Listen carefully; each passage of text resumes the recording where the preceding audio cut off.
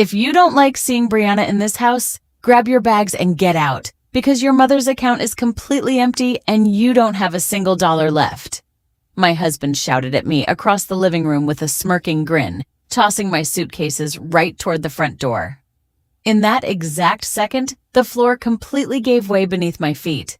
$150,000, every last cent my elderly mother had made after selling her lifelong home to fund her retirement, had vanished into thin air in just a few months. My own husband had transferred it all into a hidden account to fund a lavish lifestyle for his young mistress, leaving my mother and me in absolute financial ruin while threatening to throw me onto the street if I dared to fight back. They genuinely believed they had me backed into a corner and that I would just break down crying. But they made a fatal mistake that their sheer arrogance kept them from seeing.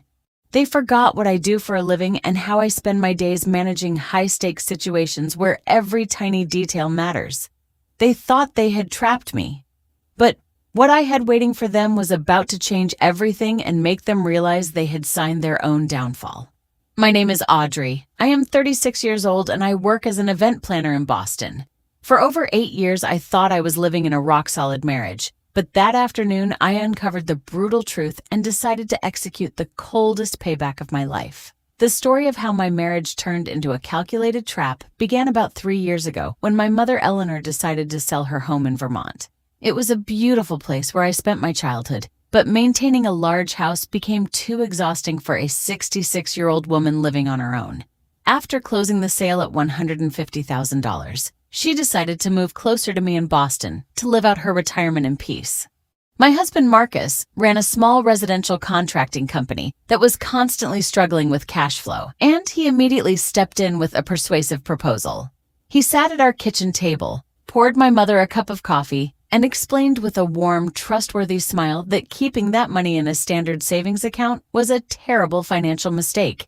He insisted that inflation would eat away her principal and that he could place her funds into a secure high-yield trust managed through his business network. We trusted him completely. After all, we had been married for 8 years, and I truly believed we were a team that supported each other through everything. Throughout our marriage, my career as an event planner for high-profile clients across Boston was the absolute financial backbone of our household. I spent 12 to 14 hours a day organizing corporate galas, charity auctions, and lavish weddings in luxury venues across the city. My income was steady, high, and reliable. I paid the mortgage on our house in Wellesley, covered all the monthly utility bills, funded our vacations, and repeatedly injected my own hard-earned money into Marcus's business whenever his clients delayed their payments or his projects went over budget. I never kept score because I thought I was investing in our shared future. My mother lived comfortably in a rented apartment nearby, completely confident that her nest egg was safe and that her remaining years would be free of financial anxiety. However, the reality behind Marcus's supportive facade was deeply disturbing. About a year ago, Marcus hired a 27-year-old woman named Brianna as the administrative assistant for his contracting firm. At first, he presented her as a hardworking young woman who just needed a break in her career. I welcomed her warmly, invited her to our home for dinner, and even gave her advice on how to navigate professional environments. I had no idea that behind her polite smiles, she and my husband were building a cold, predatory scheme aimed directly at my family's money. The shift in Marcus's behavior was gradual but relentless. He started disappearing every single weekend under the pretext of emergency site visits or contractor trade shows in New York and Rhode Island. He would come home past midnight, keeping his phone face down on the nightstand and secured with new passcodes he refused to share. Whenever I brought up our growing emotional distance or asked to see the updated bank statements for my mother's investment fund, his reaction was instantly hostile. He would raise his voice, accuse me of being an insecure, controlling wife, and claim that the stress from my own job was making me completely paranoid. He used systematic gaslighting to make me doubt my own sanity, forcing me to apologize for asking basic questions about our financial security. The true scope of his betrayal exploded last month when my mother suffered a bad fall in her apartment and needed urgent admission to a private rehabilitation facility. When I went to the bank to withdraw $5,000 for her medical deposit, the branch manager looked at me with genuine sympathy and informed me that the account balance was practically zero. I stood there frozen in front of the counter as he printed out the detailed transaction history for the past 12 months. The numbers on those pages were horrifying. Marcus had been making regular wire transfers of $8,000 and $12,000 directly into a newly formed LLC. That company had no actual construction operations. Its sole purpose was to lease a penthouse apartment for Brianna, buy designer clothes, and fund 5-star luxury vacations to Miami for the two of them. While my mother was counting her pennies at the grocery store and I was working nonstop to keep our household afloat, my husband and his mistress were living a life of pure luxury, funded entirely by my mother's life savings. When I walked into our house that evening with the bank statements in my hand to confront him, Marcus didn't even bother to deny it. He poured himself a glass of bourbon, leaned against the kitchen counter, and smirked right at my face. He told me I was a boring workaholic and that he deserved to be with someone who actually knew how to enjoy life. That was the moment he threw my luggage toward the door, gave me his ultimatum, and boasted that his legal authority over the account meant I couldn't touch him. He genuinely thought his intimidation would leave me crushed and helpless, but he severely underestimated who he was dealing with. I drove straight to my event planning studio in downtown Boston that same night, feeling my overwhelming shock turn into a razor-sharp, freezing focus. There was no room for tears or screaming matches. As an event planner, my entire career relies on meticulously reviewing vendor contracts, budget spreadsheets, and venue agreements to find every single flaw or discrepancy before a major event. I made a conscious decision to apply that exact same ruthless professional discipline to dismantle the financial maze Marcus and Brianna had constructed behind my back. At 4 a.m, while the city was completely dark and quiet, I opened my laptop and initiated a thorough step-by-step audit of every digital file and shared document I could access.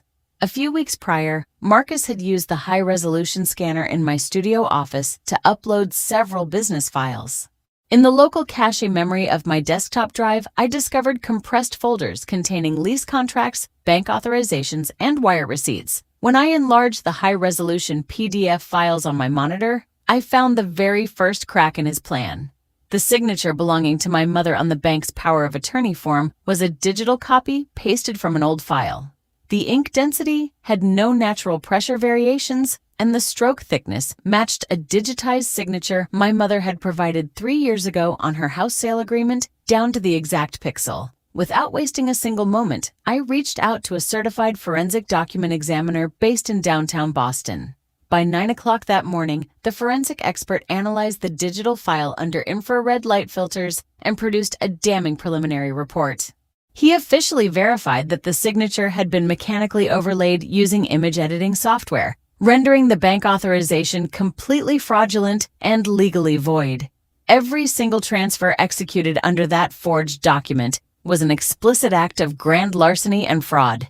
My investigation did not stop there. I needed to trace the exact physical destination of all $150,000.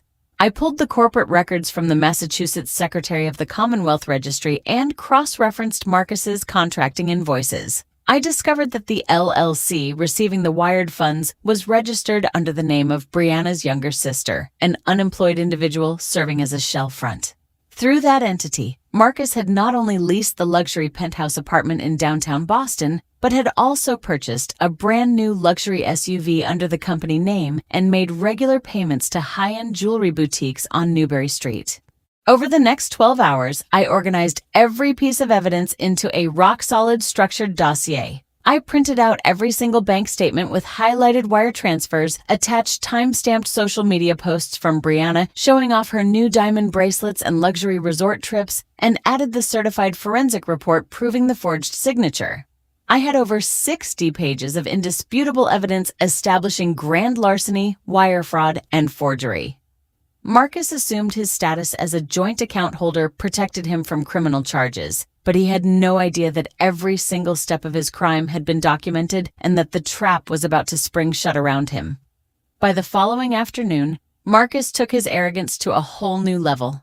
Convinced that my silence over the previous 24 hours meant I had submitted to his demands, he sent me a cold text message demanding that I meet him at our home in Wellesley at 6 p.m. When I walked through the front door, I realized he wasn't alone.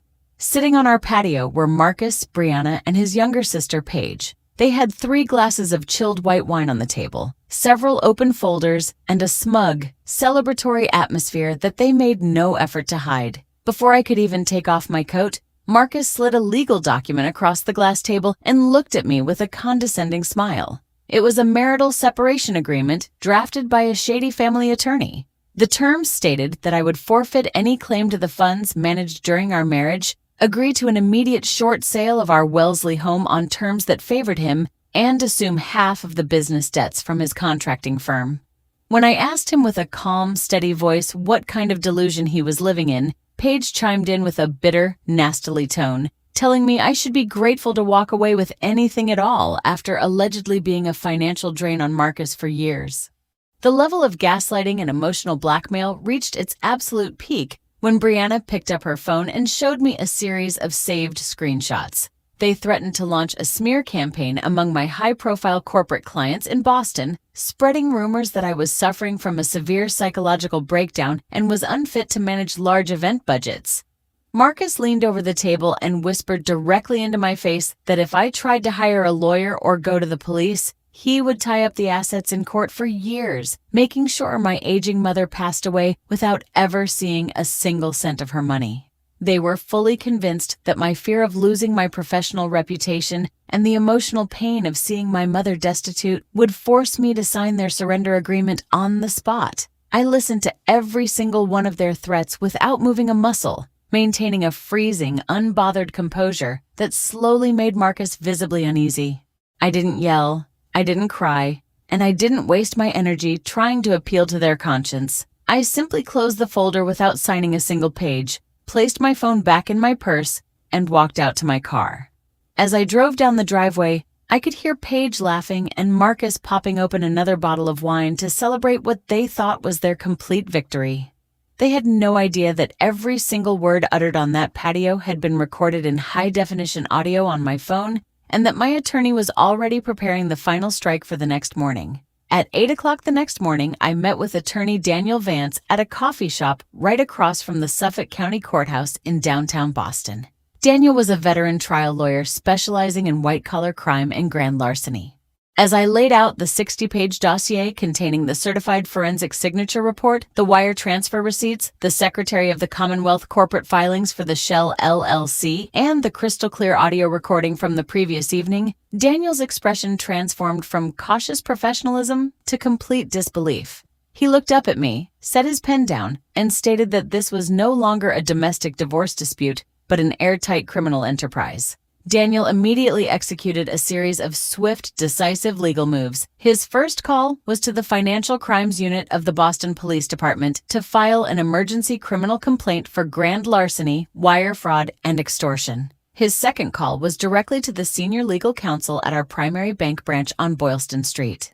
Presented with the certified forensic evidence proving that the power of attorney authorization was a forged digital composite, the bank's legal department acted with total ruthlessness. Within 2 hours, they placed an emergency freeze on every single personal, business, and joint account tied to Marcus, his contracting firm, and Brianna's Shell LLC. The final hammer fell when the lead detective assigned to the case reviewed the audio recording where Marcus and his accomplices openly threatened to destroy my career and withhold my mother's funds unless I signed their coerced agreement. With irrefutable proof of forgery, extortion, and an immediate risk of asset concealment, Daniel secured an expedited emergency hearing before a superior court judge. We obtained an immediate freezing order and an emergency arrest warrant for Marcus and his co-conspirators. The arrogance that Marcus relied on was about to collide head-on with the full force of the justice system.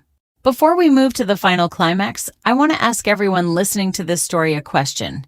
If you discovered that your own spouse had forged your elderly mother's signature to steal her entire $150,000 life savings, would you go straight to the police and put them behind bars, or would you try to settle it quietly to avoid a massive public scene? Let me know your thoughts in the comments below, because for me, there was never any doubt about what had to be done. On Friday evening, Marcus organized a major promotional gala at a luxury boutique hotel in downtown Boston. He had invited over 70 corporate clients, investors, and local business leaders to celebrate the supposed expansion of his contracting firm. Brianna was walking around the venue in a designer evening dress paid for with my mother's money, and Paige was passing out business cards at the bar. They were acting like they owned the city, completely convinced that their threats had frightened me into submission. I walked into the main ballroom at 8 o'clock sharp, flanked by Daniel and 2 plainclothes detectives from the Boston Police Department. Marcus caught my eye from the stage, gave a smug grin, and tapped the microphone to make a sarcastic remark about family support. He didn't even get to finish his sentence. On the massive projector screen behind him, where his promotional business video was supposed to play, a high-resolution display of the forensic document report suddenly appeared, highlighting the forged signature in bright red alongside the complete wire transfer log to Brianna's shell company. The room fell into dead silence.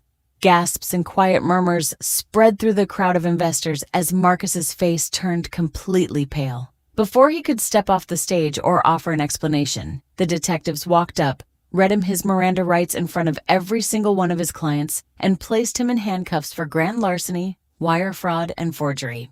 Brianna tried to slip out through the side exit, but 2 uniformed officers intercepted her and Paige in the lobby, serving them with immediate asset freeze notices and court summonses for criminal conspiracy. The public humiliation was absolute. Marcus's business contracts were terminated on the spot, and his professional reputation was destroyed in a matter of seconds. 6 months after that night in Boston, the Superior Court issued a final judgment on the case. Marcus was sentenced to 4 years in state prison for grand larceny, wire fraud, and forgery, along with a strict court order requiring full restitution of every single stolen dollar. The Shell LLC registered under Brianna's sister was dissolved by judicial order, and all of its assets, including the luxury SUV and frozen bank accounts, were seized to return the $150,000 back to my mother. Brianna and Paige received probation and heavy financial penalties for their role as accomplices, leaving their professional reputations completely ruined. My divorce from Marcus was finalized without him receiving a single cent from our home or my event planning business. My mother, Eleanor, fully recovered her peace of mind and complete control of her retirement savings. Today, she lives comfortably in her own apartment in Boston, surrounded by her memories and the certainty that her lifelong hard work remains protected. As for me, my event planning business is thriving like never before. But the most important lesson I learned had nothing to do with contracts or event coordination. For years, I believed that accommodating my husband's endless demands and keeping the peace at the expense of my own boundaries was a sign of love and devotion. I had to learn the hard way that loyalty should never be confused with naivety. People who use your trust to destroy you do not deserve second chances or quiet exits. Setting firm boundaries against greed is not an act of revenge. It is the highest form of self-respect and the only way to protect the people you truly love.